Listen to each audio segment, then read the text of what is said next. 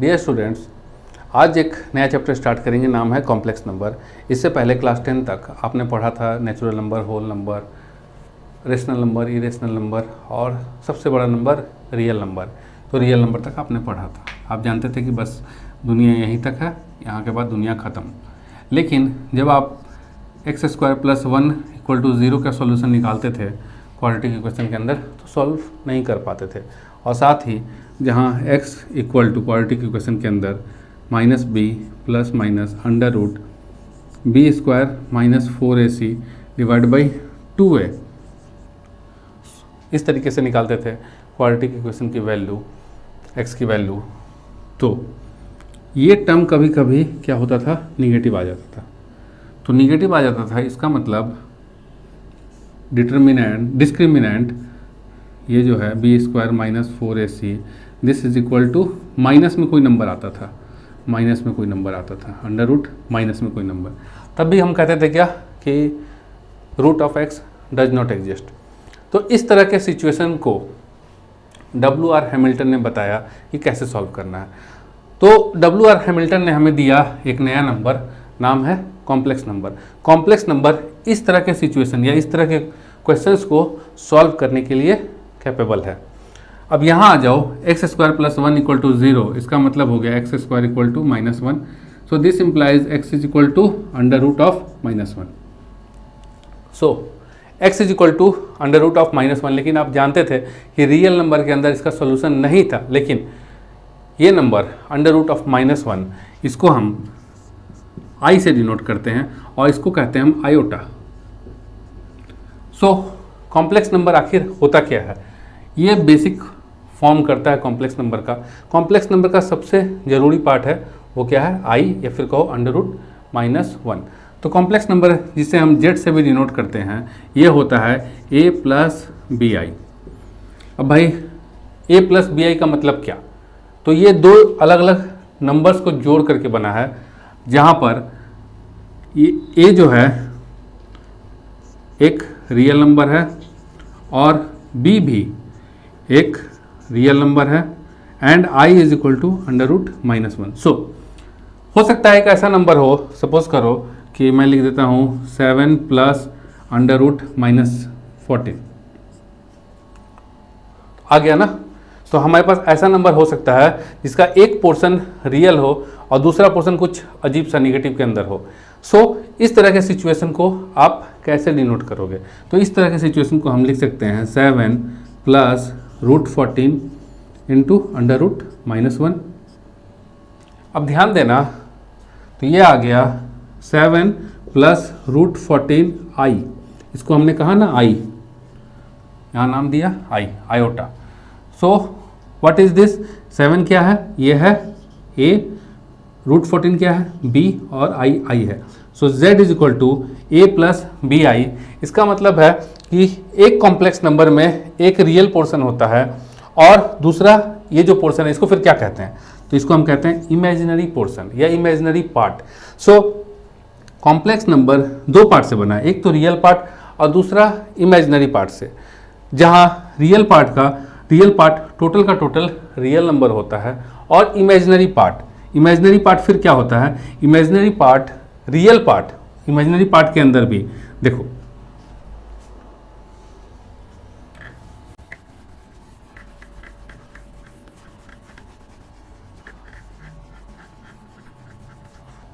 ये आया हमारे पास z = a + bi।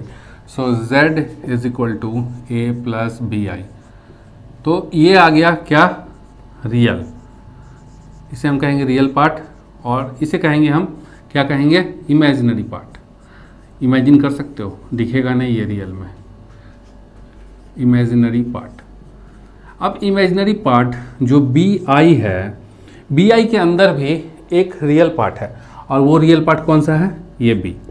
This is real part क्योंकि ये एक रियल नंबर है एंड दिस इन रियल यही वो इमेजिनरी पार्ट है।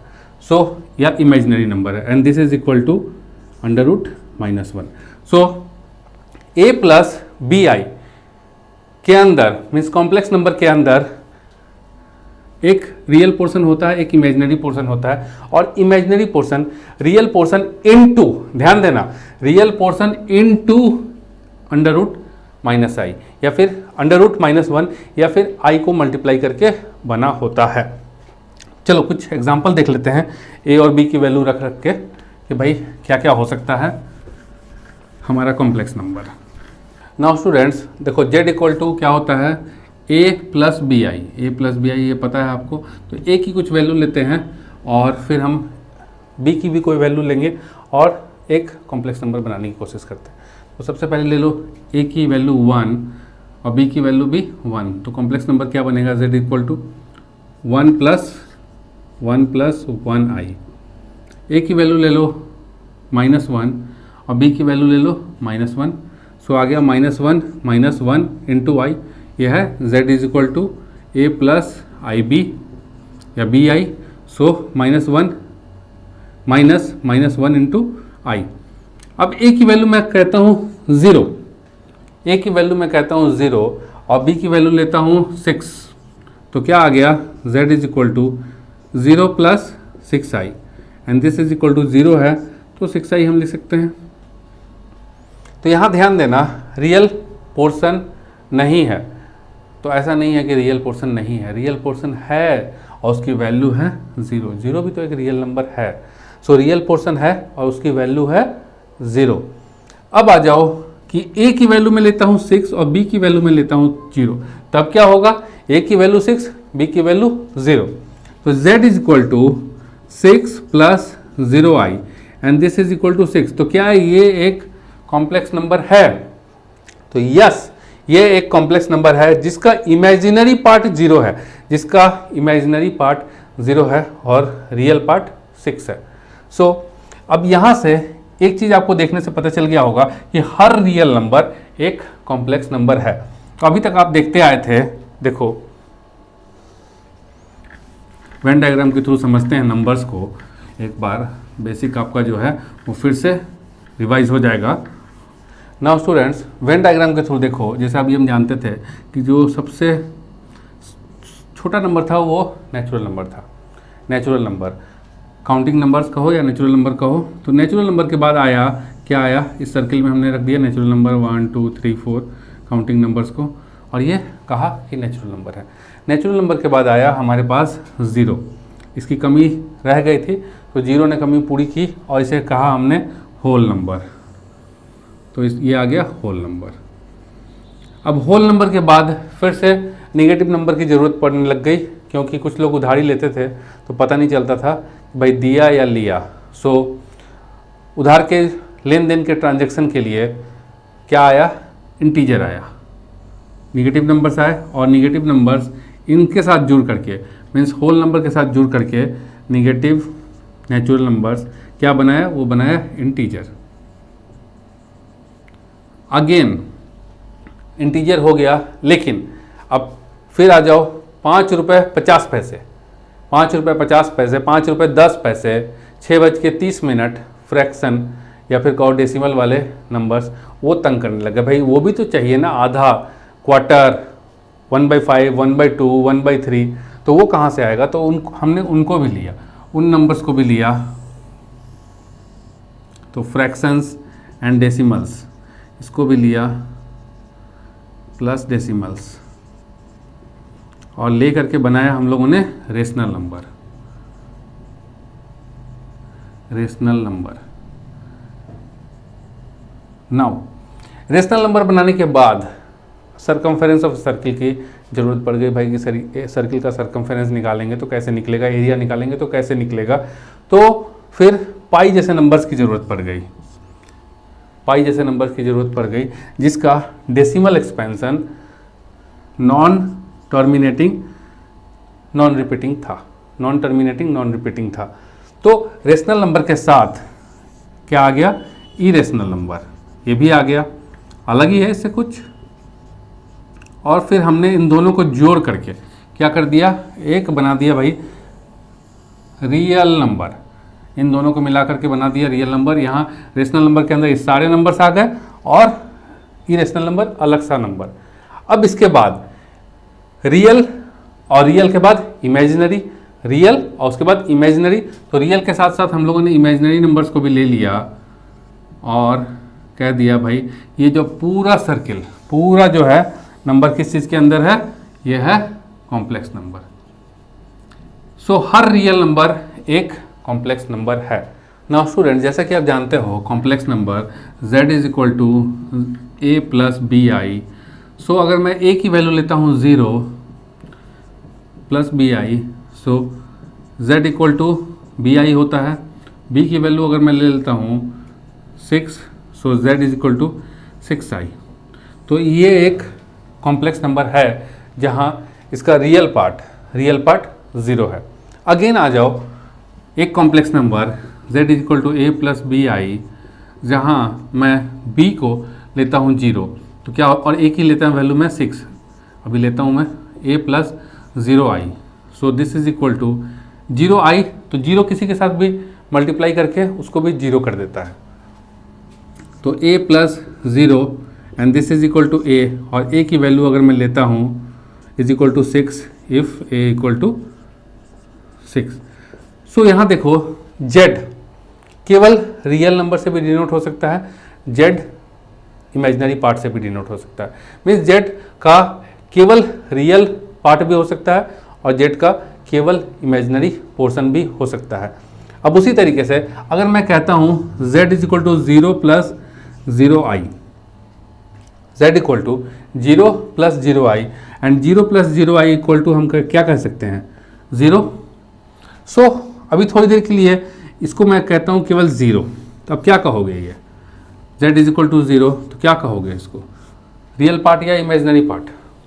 तो 0 एक हम दोनों कह सकते हैं, रियल पार्ट भी और इमेजिनरी पार्ट भी, क्योंकि 0 के साथ अगर i मल्टीप्लाई होता है तब भी इसकी वैल्यू 0 ही रहती है। तो 0 एक ऐसा रियल नंबर है या फिर कहो एक ऐसा कॉम्प्लेक्स नंबर है जिसका रियल पार्ट भी 0 है और जिसका इमेजिनरी पार्ट भी 0 है। केवल यही एक ऐसा नंबर है। और ख़ास बात, इस नंबर को, इस 0 को plus z is equal to z plus 0 and is equal to z, कोई फ़र्क नहीं पड़ेगा, कोई फ़र्क नहीं पड़ेगा कॉम्प्लेक्स नंबर में अगर आप इस 0 को ऐड कर देते हो। तो देखो बहुत ही मामूली सी बात है कि किसी भी नंबर में हम 0 ऐड करते हैं तो कोई फ़र्क नहीं पड़ता है, लेकिन चूँकि आपके सिलेबस का टॉपिक है ये और आएगा भी कई बार क्वेश्चंस कि एडिटिव आइडेंटिटी क्या है, तो एडिटिव आइडेंटिटी ये 0 ही है, क्योंकि 0 को जब भी आप किसी भी कॉम्प्लेक्स नंबर में जोड़ते हो तो 0 plus z is equal to z plus 0 equal to z होता है। तो चलो अब properties of addition of complex number देख लेते हैं कि मीन्स जब हम कॉम्प्लेक्स नंबर को ऐड करेंगे तो उसका रिजल्ट क्या आएगा। नाउ स्टूडेंट्स देखो, हमारे पास एक कॉम्प्लेक्स नंबर है z1 equal to a1 plus b1i और दूसरा है z2 equal to a2 plus b2i और दिया गया है कि भाई z1 इक्वल टू z2। तो कब होगा z1 इक्वल टू z2? तो देखो z1 इक्वल टू z2, पहले z1 क्या है देखो, a1 plus b1i and this is equal to z2 a2 plus b2i। तो ये इक्वल कब होगा, जब real part equal to real part means a1 equal to a2 and imaginary part means b1 is equal to b2 होगा। So a1 equal to a2 and b1 equal to b2 होगा, then z1 equal to z2 होगा। तो अगर एक question को लेते हैं, solve करते हैं और देखो सपोज z1 एक कॉम्प्लेक्स नंबर है, ये क्या है 7 प्लस 6i और ये है x प्लस yi z2। तो कह रहा है कि x और y की वैल्यू पता करें अगर z1 इक्वल टू z2 है। तो देखो z1 इक्वल टू z2 है, इसका मतलब क्या मतलब हुआ, 7 plus 6i is equal to x plus yi होगा। इसका मतलब 7 इज इक्वल टू x होगा, रियल पार्ट के बराबर होगा और imaginary part means 6 is equal to y होगा and 6 is equal to y। So x is equal to 7 आएगा और y की वैल्यू जो आएगी वो आएगी 6। Now students, addition of two complex number, जो प्रॉपर्टीज़ है कॉम्प्लेक्स नंबर की क्या क्या है देखो। पहला है क्लोजर लॉ। क्लोजर लॉ क्या कहता है कि जब भी आप किसी दो कॉम्प्लेक्स नंबर को जोड़ते हो तो तीसरा नंबर आएगा वो भी एक कॉम्प्लेक्स नंबर होगा। सो जब भी आप किसी दो नंबर को ऐड करते हो, दो कॉम्प्लेक्स नंबर को ऐड करते हो, तो थर्ड नंबर जो फॉर्म होगा वो एक कॉम्प्लेक्स नंबर होगा। दूसरा आ जाओ कॉम्यूटेटिव लॉ। कॉम्यूटेटिव लॉ क्या कहता है कि Z1 plus Z2 is equal to Z2 plus Z1। जैसे Z1 हो गया 6 प्लस 7i एंड Z2 हो गया 8 plus 9i। So Z1 plus Z2 is equal to क्या हो जाएगा 6 plus 7i plus 8 plus 9i and this is equal to real part के साथ ऐड हो जाएगा। सो 6 प्लस 8 14, इमेजनरी पार्ट के पास साथ ऐड हो जाएगा। सो 7 plus 9 16i। Now Z2 plus Z1 करते हैं तब क्या होगा, ये आ गया आपका 8 प्लस 9i प्लस Z1 क्या है 6 plus 7i। Once again real part add हो जाएगा तो 8 प्लस 6 14 एंड इमेजनरी पार्ट के साथ ऐड हो जाएगा 9 प्लस 7i 16i। तो यहाँ देखो Z1 plus Z2 14 plus 16i, Z2 plus Z1 14 plus 16i। सो यही प्रॉपर्टी है कॉम्यूटेटिव लॉ, या फिर ये लॉ है कॉम्यूटेटिव लॉ, जहाँ कह रहा है क्या Z1 plus Z2 is equal to Z2 plus Z1। Associative law क्या कह रहा है, Z1 प्लस Z2 ब्रैकेट के अंदर है plus Z3 is equal to Z1 plus bracket के अंदर Z2 प्लस Z3 ले सकते हो। ठीक है, सिंपल लॉ है एडिशन का जो हर नंबर के ऊपर एप्लीकेबल होता है, तो ये कॉम्प्लेक्स नंबर के ऊपर भी एप्लीकेबल है। अब आ जाओ एडिटिव आइडेंटिटी। एडिटिव आइडेंटिटी का मतलब क्या है, 0 प्लस 0i जिसे हम 0 भी कहते हैं, तो एक ऐसा कॉम्प्लेक्स नंबर है। भाई कैसा है, तो ये ऐसा कॉम्प्लेक्स नंबर है जिसके साथ किसी भी कॉम्प्लेक्स नंबर को जोड़ दो तो उस कॉम्प्लेक्स नंबर की वैल्यू चेंज नहीं होती। So 0 plus 0i is equal to 0 एक ऐसा कॉम्प्लेक्स नंबर है जिसे किसी भी कॉम्प्लेक्स नंबर के साथ जोड़ दो तो उस कॉम्प्लेक्स नंबर की वैल्यू नहीं चेंज होती। Means 0 plus 0i is equal to 0 plus z is equal to z ही रहेगा। सो किसी भी कॉम्प्लेक्स नंबर में हम 0 ऐड कर देंगे तो उस कॉम्प्लेक्स नंबर में कोई चेंज नहीं आएगा, वही कॉम्प्लेक्स नंबर रहेगा। इसलिए हम इसको कहते हैं 0 को एडिटिव आइडेंटिटी। नाउ आ जाओ एडिटिव इन्वर्स। अब एडिटिव इन्वर्स क्या है, फॉर एवरी z, हर कॉम्प्लेक्स नंबर के लिए, हर complex number z is equal to a plus I b के लिए minus z is equal to minus a plus minus b into i exist करता है। कि और कैसे एग्जिस्ट करता है, जब दोनों को ऐड कर दोगे z plus minus z is equal to क्या हो जाएगा 0 हो जाएगा। सो z के लिए माइनस जेड क्या है एडिटिव इन्वर्स। सिंपल सा चीज़ है यार कि जब 6 है तो 6 के लिए माइनस 6 क्या हो जाएगा additive inverse. 6 plus minus 6 equal to क्या हो जाएगा 0। किसी भी नंबर के लिए ये रूल एप्लीकेबल है। That number plus minus of that number क्या होगा 0 होगा। सो ये था एडिटिव इन्वर्स। अब आ जाओ मल्टीप्लिकेशन के रूल्स, तो यहीं देख लेते हैं। So multiplication of two complex number क्या होगा,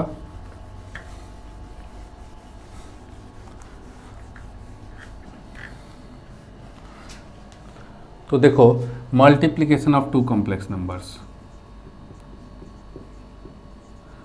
पहला क्लोजर लॉ। तो जब दो नंबर को हमने प्लस किया था तो एक जो तीसरा नंबर आया था वो भी एक कॉम्प्लेक्स नंबर था। इस दो कॉम्प्लेक्स नंबर को ऐड करने पर तीसरा आया था कॉम्प्लेक्स नंबर आया था क्लोजर लॉ के अंदर। तो जब दो कॉम्प्लेक्स नंबर को मल्टीप्लाई करोगे जो नंबर फॉर्म होगा वो एक कॉम्प्लेक्स नंबर होगा, ये कहता है क्लोजर लॉ। कम्यूटेटिव लॉ क्या कहता है, Z1 into Z2 is equal to Z2 into Z1।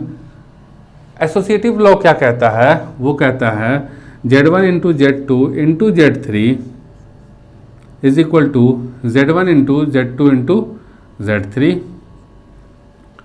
अब एडिटिव आइडेंटिटी की जगह यहाँ हो जाएगा मल्टीप्लिकेटिव आइडेंटिटी, और वो क्या होगा, मल्टीप्लिकेटिव आइडेंटिटी वो क्या होगा, जैसे आपने देखा यहाँ पर 0 को किसी भी कॉम्प्लेक्स नंबर में ऐड करने के बाद, एडिटिव मतलब ऐड करने के बाद वो कॉम्प्लेक्स नंबर चेंज नहीं हो रहा था। सो मल्टीप्लिकेटिव आइडेंटिटी क्या होगा, ऐसा कौन सा नंबर होगा जिसको उस कॉम्प्लेक्स नंबर के साथ मल्टीप्लाई करें तो कॉम्प्लेक्स नंबर में कोई चेंज ना आए, वो नंबर क्या है, 1 है। सो 1 इज़ मल्टीप्लिकेटिव आइडेंटिटी ऑफ क्या, कॉम्प्लेक्स नंबर, क्योंकि 1 में जब आप 1 को जब आप किसी भी कॉम्प्लेक्स नंबर से मल्टीप्लाई करते हो तो कॉम्प्लेक्स नंबर अपना आइडेंटिटी नहीं खोता। अब आ जाओ मल्टीप्लिकेटिव इन्वर्स, मल्टीप्लिकेटिव इन्वर्स ये क्या है, तो देखो for every z there exist, क्या एग्जिस्ट करेगा, 1/z, there exist 1/z such that z into 1/z is equal to 1, z into 1/z is equal to 1। So इस 1/z को हम क्या कहते हैं, means z is equal to a plus I b है, तो 1/z क्या हो जाएगा, 1/a प्लस आई बी, और इस 1/a प्लस आई बी को हम कहते हैं multiplicative inverse. Now students, multiplication के लॉ के अंदर एक लॉ है डिस्ट्रीब्यूटिव लॉ, वो भी मैं बता देता हूँ आपको। ये क्या है, देखो सपोज Z1, Z2, Z3 तीन कॉम्प्लेक्स नंबर हैं। So Z1 plus Z2 into Z3 is equal to हो जाएगा Z1 into Z3 plus Z2 into Z3, या फिर इसको आप ऐसे भी कर सकते हो Z1 into Z2 plus Z3, this is equal to Z1 into Z2 again Z1 into Z3, लेकिन बीच में क्या आएगा, प्लस का साइन, Z1 इंटू Z3। तो ये था distributive law of multiplication of two complex numbers. Now students, दो complex number को जब आप सब्ट्रैक्ट करोगे तो कैसे करोगे, देखो Z1 Z2 को, तो Z1 minus Z2 is equal to आप कर सकते हो Z1 plus minus Z2, means इस Z2 का एडिटिव इन्वर्स लोगे और प्लस कर दोगे किसके साथ, Z1 के साथ। सो निगेटिव माइनस करने का मतलब हो गया, सब्ट्रैक्ट करने का मतलब हो गया कि एडिटिव इन्वर्स, ये Z2 का एडिटिव इन्वर्स हो गया ना, एडिटिव इन्वर्स को प्लस कर देना। तो चलो क्वेश्चन को सॉल्व करेंगे, कुछ क्वेश्चन को सॉल्व करेंगे हम, और हमारा जो कॉन्सेप्ट है वो एकदम क्लियर होता हुआ चला जाएगा। नाउ स्टूडेंट्स, एनसीईआरटी का एग्जाम्पल 1 देखो, if 4x plus i bracket के अंदर 3x minus y is equal to 3 plus i bracket के अंदर minus 6 where x and y are real numbers, then find the values of x and y।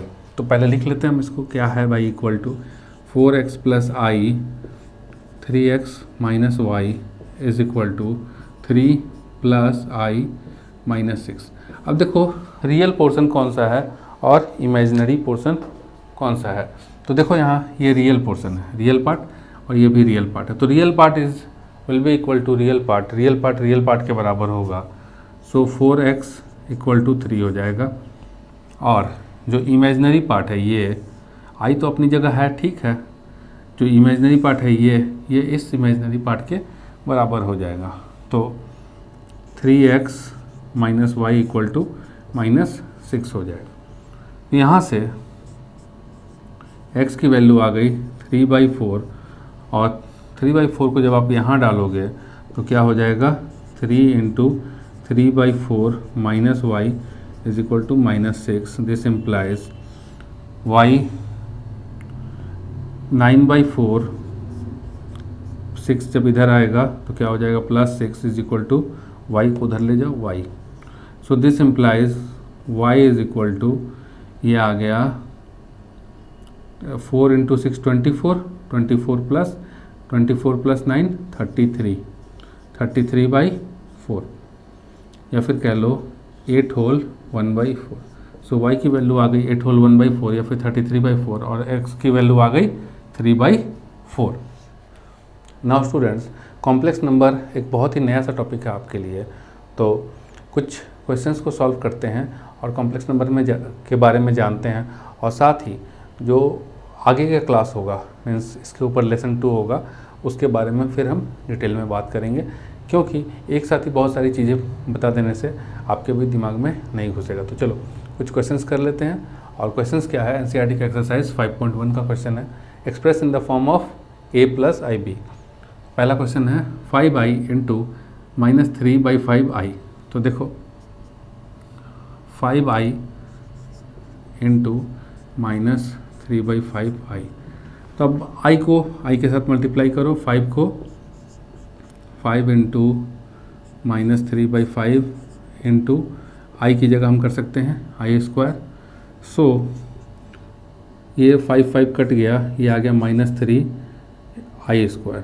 Now i² is equal to क्या होता है, ये होता है -1। i² इज इक्वल टू होता है -1, so -3 into -1 and this is equal to 3। So इसका जो वैल्यू आएगा वो आया 3, लेकिन अभी हमारा आंसर नहीं आया क्योंकि हमें इस फॉर्म में चाहिए a + ib। सो 3 को आप 3 + 0i के फॉर्म में लिख सकते हो, यानी कि a + ib के फॉर्म में कैसे लिखा जाएगा, 3 + 0i, जहाँ a की वैल्यू क्या हो गई, ये हो गई 3, b की वैल्यू हो गई 0। सो 3 को आप इस तरीके से भी लिख सकते हो। Now students, question number 2, i to the power 9 + i to the power 19, यही है। तो i, जैसे मैंने बताया, i पे कोई भी पावर रहे उस पावर को पहले आप 4 से डिवाइड करो। सो i को हम 9 को क्या लिख सकते हैं, 4 × 2 + 1, और 19 को कैसे लिखोगे आप, 4 × 4 + 3। सो i पे पावर 4 × 2 + 1 प्लस इसको आप लिखोगे i पे पावर 4 × 4 + 3, 16 + 3 19। सो i पे पावर 4 का होल स्क्वायर और +1 के लिए इंटू i कर दो अलग से, मीन्स i पे पावर 8 एक तरफ और i पे पावर 1 एक तरफ अलग, इंटू i प्लस i पे power 4 whole to the power 4 into i³ लिख सकते हैं वैसे। तो अब देखो यहाँ पर i पे पावर 4 = 1, तो 1 का स्क्वायर इंटू i और प्लस ये भी आया 1 पावर 4 इंटू i³। नाउ ये तो आ गया 1 पे power 2 is equal to 1 and into i, so this is equal to i plus ये भी 1 और 1 इंटू क्या है i³ तो i³ क्या होता है, ये आ गया i और i³ होता है minus i, so plus -i and this is equal to i - i, ये आ गया 0 और 0 को हम लिख सकते हैं 0 + i इंटू 0, a + ib के फॉर्म में। सो स्टूडेंट्स, i9 + i19 क्या वैल्यू आएगा, वो आएगा 0, और 0 को आप कॉम्प्लेक्स नंबर के फॉर्म में कैसे लिखोगे, 0 + i into 0। Now students, question number 3, i to the power -39।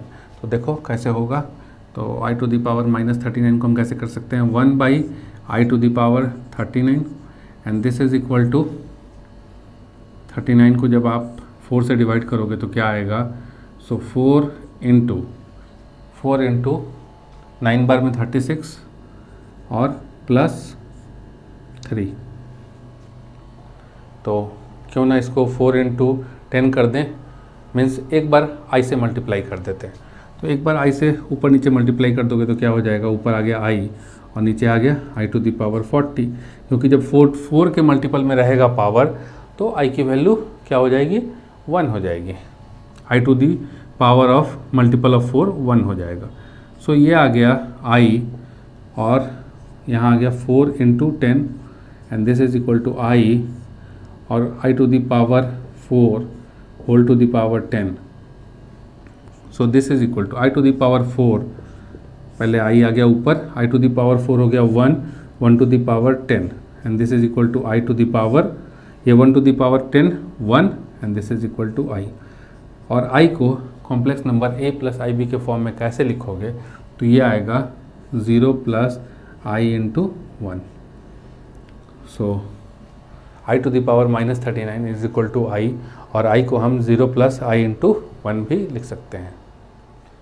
Now students, question number 4, 3 into bracket में 7 प्लस आई 7 प्लस आई, फिर ब्रैकेट के अंदर 7 प्लस आई 7।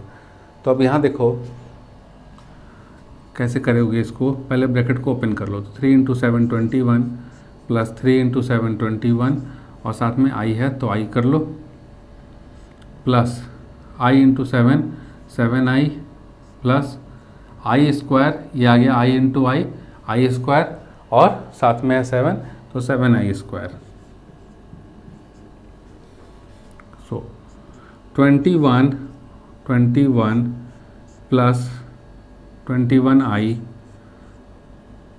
21 प्लस 7 28 आई, और ये देखो प्लस 7 और आई स्क्वायर की वैल्यू होती है -1, तो 7 into -1। So this is equal to 21 -7 plus 28 i, और ये आ गया 14 प्लस 28 आई। तो a प्लस आई बी के फॉर्म में क्या आएगा, इसका वैल्यू वो आएगा 14 plus 28 i. Now students, question number 5, bracket के अंदर 1 माइनस आई माइनस, फिर ब्रैकेट के अंदर -1 प्लस आई 6। तो सबका पहले ब्रैकेट खोल के बाहर करो सबको, 1 minus i minus minus minus हो जाएगा +1, और माइनस इंटू प्लस माइनस आई 6। सो रियल पार्ट के साथ जुड़ेगा तो 1 प्लस 1 एक साथ आ जाएगा, और प्लस आई को बाहर रखो यहाँ, और यहाँ आ गया, यहाँ से आ गया -1, और यहाँ से आ गया -6। So this is equal to 2 plus i into -7, और ये आ गया 2 माइनस 7 आई। तो क्वेश्चन नंबर 5 का आंसर होगा 2 माइनस 7 आई। नाउ स्टूडेंट्स, क्वेश्चन नंबर 6 देखो, ब्रैकेट के अंदर 1/5 प्लस आई 2/5 माइनस 4 प्लस आई 5/2। तो चलो पहले सबका ब्रैकेट से सबको बाहर निकाल लो। तो 1/5 प्लस आई 2/5 माइनस, ये हो गया -4, और माइनस प्लस माइनस हो जाएगा आई 5/2। तो रियल पार्ट के साथ हम करेंगे प्लस माइनस, तो 1/5 -4 ये रियल पार्ट, और प्लस आई इमेजिनरी पार्ट के साथ जाएगा, तो ये 2/5 माइनस साइन है 5/2। So this is equal to कितना आ गया, ये आ गया 5 और 1 - 20 प्लस आई, और यहाँ LCM 10, 4 - 25। So this is equal to -19/5 plus नहीं, ये माइनस है ना, 4 - 25 -21 आएगा, तो -21/10 आई। सो स्टूडेंट्स, क्वेश्चन नंबर 6 का जो आंसर होगा a प्लस आई बी के फॉर्म में, जब इसको हम सॉल्व करके लिखेंगे तो क्या आएगा, -19/5 -21/10 आई। नाउ स्टूडेंट्स, क्वेश्चन नंबर 7 देखो क्या है, ये सॉल्व करना है, ये दिस प्लस माइनस दिस। तो अगर मैं कहता हूँ इसको, ये है Z1, ये है Z2, और ये है Z3, तो क्या आ गया, Z1 plus Z2 minus Z3। तो ब्रैकेट के अंदर से सबको बाहर कर देते हैं, कर सकते हैं। Z1 प्लस Z2 ब्रैकेट के अंदर है, और माइनस Z3 है, तो आप इसको ऐसे कर सकते हो, Z1 plus Z2 minus Z3, bracket से बाहर कर दो सबको।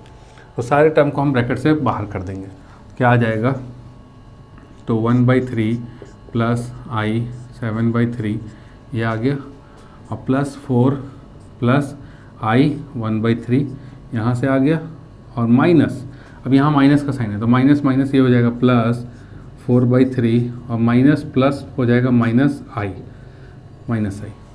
बस हो गया। अब क्या करना है, रियल पार्ट एक तरफ, इमेजिनरी पार्ट एक तरफ। सो रियल पार्ट में क्या क्या आ गया हमारे पास, 1/3, 4 एंड 4/3, तो तीनों को ऐड करो। सो 1/3 प्लस 4 प्लस 4/3, और इमेजिनरी पार्ट से पहले आई लगा दो, तो ये ध्यान दो, ये रियल पार्ट एक तरफ। अब इमेजिनरी पार्ट में आई लगा दिया तो क्या है इमेजिनरी पार्ट 7/3, 1/3 और -1। सो आई बाहर 7/3 यहाँ से प्लस 1/3 यहाँ से और -1 यहाँ से। दिख नहीं रहा है -1, छुपा हुआ है। -1 हर नंबर के साथ मल्टीप्लाई होकर छुपा हुआ है। सो 3 यहाँ कॉमन या एलसीएम, और क्या आ गया यहाँ पर 1 + 12 + 4 + i, और यहाँ नीचे 3 एलसीएम 7 + 1 -3। सो क्या आ गया 13 + 4 17/3 + 8 -3 5/3 i। सो इसका जो वैल्यू होगा वो क्या आ जाएगा 17/3 + 5/3 i। So students NCERT exercise 5.1 के हमने 7 क्वेश्चन नंबर तक कर लिया। क्वेश्चन नंबर 8 नेक्स्ट क्लास में देखेंगे, नेक्स्ट लेसन में देखेंगे, और साथ ही उसके बाद जो इसका कुछ कॉन्सेप्ट बचे हुए हैं क्वेश्चन नंबर 8 स्टार्ट करने से पहले जो कॉन्सेप्ट बचे हुए हैं जो क्वेश्चन नंबर 8 को सॉल्व करने में आपकी हेल्प करेंगे, 8 और उसके आगे के क्वेश्चंस को उनको हम देखेंगे। उसके बाद question number 8 and onwards lesson 2 में सॉल्व करेंगे।